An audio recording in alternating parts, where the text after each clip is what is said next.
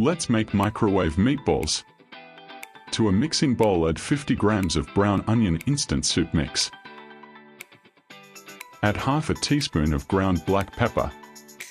Add 1½ teaspoons of dried oregano. Add 100 milliliters of water. Mix until well combined. Add 500 grams of minced beef. Mix until fully incorporated. Use a tablespoon of the mixture at a time to form the meatballs. I placed some smaller meatballs in the middle to ensure even baking.